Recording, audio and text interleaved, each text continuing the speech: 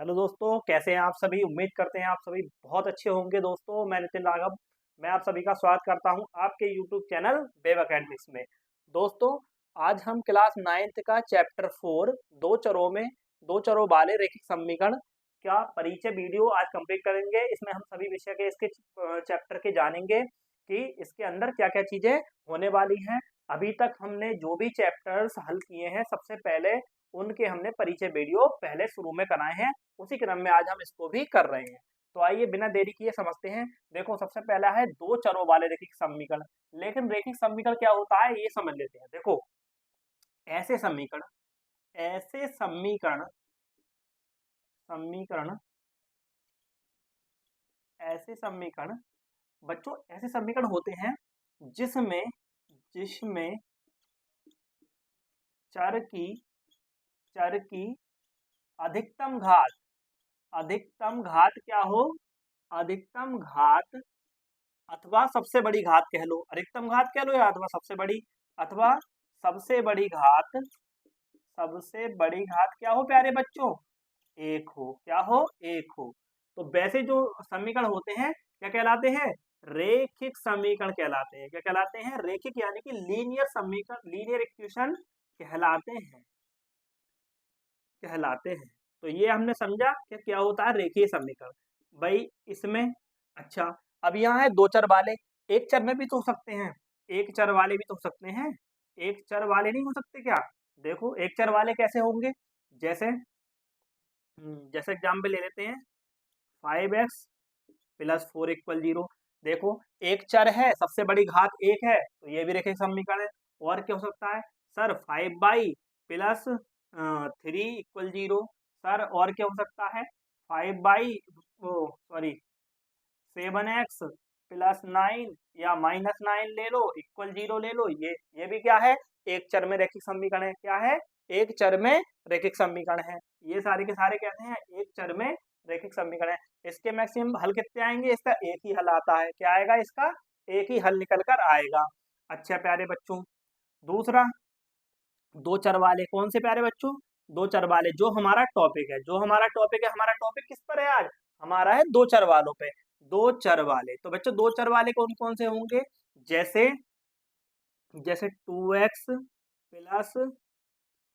3y + 3 0। और देखो यहाँ एक चर ये है, एक चर ये है, और चर की सबसे बड़ी घात भी कितनी है, दो। इसकी भी घात, सॉरी एक, इसकी घात भी एक है, इसकी घात भी एक है।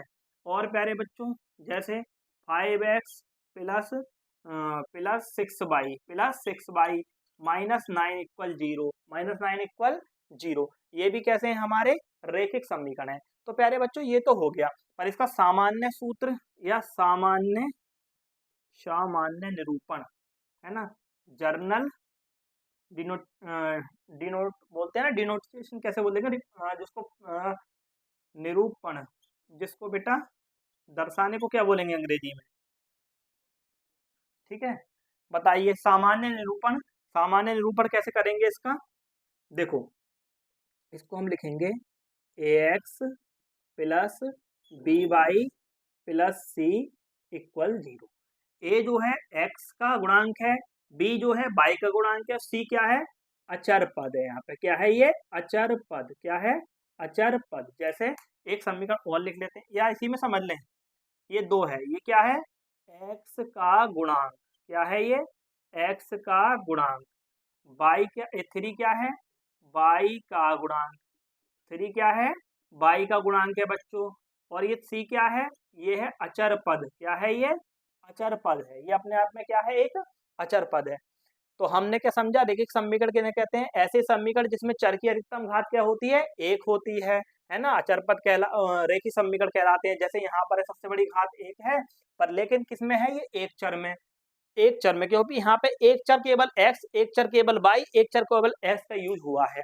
अच्छा, दो चर वाले कैसे होते हैं रैखिक समीकरण, चर की जो सबसे बड़ी घात है एक ही होनी चाहिए, लेकिन चर होंगे दो, एक x है, एक y है, एक x है, एक y है। तो ये क्या है, दो चर में रैखिक समीकरण।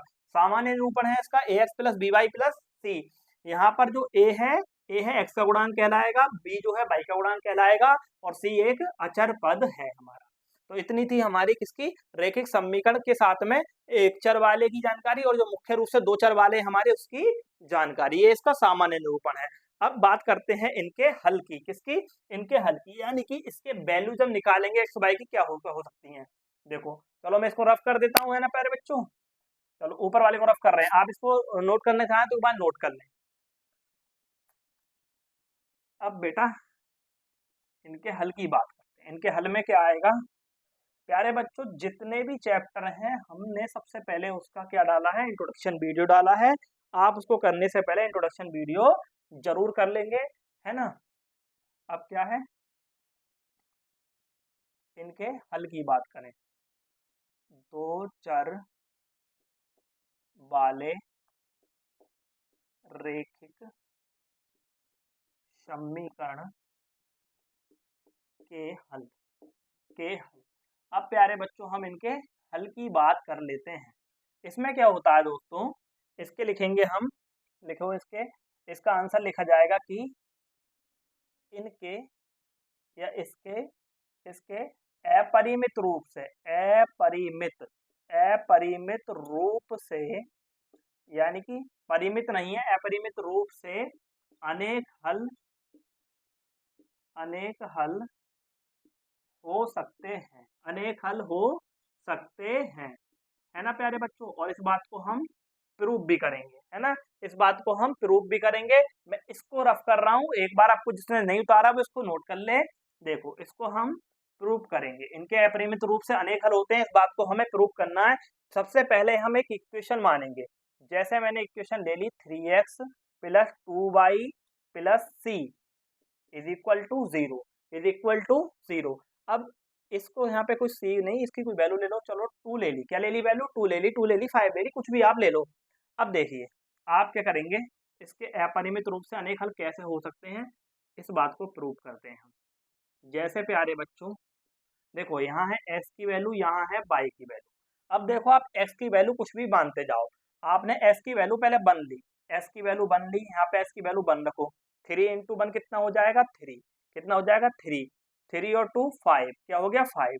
अब ये 5 उधर जाएगा माइनस का, और 2 इसके अपॉन में आएगा, तो इसमें जो वैल्यू आएगी 5/2 आ जाएगी। किसकी 5/2, माइनस का 5 इधर चला जाएगा और 2 नीचे आ जाएगा। अच्छा प्यारे बच्चों और क्या हो सकती है, इसकी वैल्यू यहाँ पे 2 ले लीजिए, इसकी वैल्यू यहाँ पे क्या ले ली, अब 2 ले ली। देखो मैंने 2 रखा है इसकी वैल्यू, तो 3 दूनी 6, 6 और 2 8, इधर जाके माइनस के 8, कितने माइनस के 8, बाद में ये 2 से डिवाइड होगा तो हो जाएगा माइनस के 2 दूनी 4, 2 दूनी 4। अब प्यारे बच्चों इसकी वैल्यू 3 ले लो, क्या ले लो 3, तो 3 तिया कितना हो जाएगा 9, 9 और 2 11, 11 इधर जाएंगे माइनस के, तो आएगा माइनस के 11/2, माइनस के 11/2। इसकी वैल्यू मैं 4 ले लेता हूँ, तो 4 तिया 12, 12 और 2 14, 14 इधर जाएगा माइनस का, कितना जाएगा 14 इधर जाएगा माइनस का। जब 14 इधर माइनस का जाएगा, दोबारा समझ लो यहाँ पे जब 4 लूंगा, 4 तिया 12, 12 और 2 कितने हो जाएंगे 14, 14 इधर जाएगा माइनस का, 2 आएगा इसके नीचे, और 2 सत्ते 14, 2 सत्ते 14, तो यहाँ आएगा माइनस का 7।